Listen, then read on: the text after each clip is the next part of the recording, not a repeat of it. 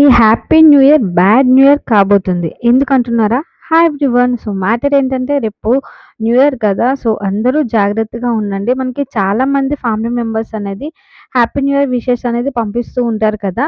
So, అవి unknown person నుంచి ఎవరి దగ్గర నుంచి వచ్చినా లేకపోతే ఏపీకే ఫైల్ మాత్రం ఎక్కువ ఓపెన్ చేయకండి. ఎందుకంటే సైబర్ నేరగాళ్ళు రెడీగా ఉంటారు. మన డేటా మొత్తం అంతా దోచుకోవడానికి. సో, అందరూ చాలా జాగ్రత్తగా, కేర్‌ఫుల్‌గా అయితే ఉండండి. ఎందుకంటే న్యూ ఇయర్ సెలబ్రేషన్‌లో అందరూ బిజీగా ఉంటాం. వచ్చినయి అన్నీ కూడా మెసేజెస్ ఓపెన్ చేస్తాము.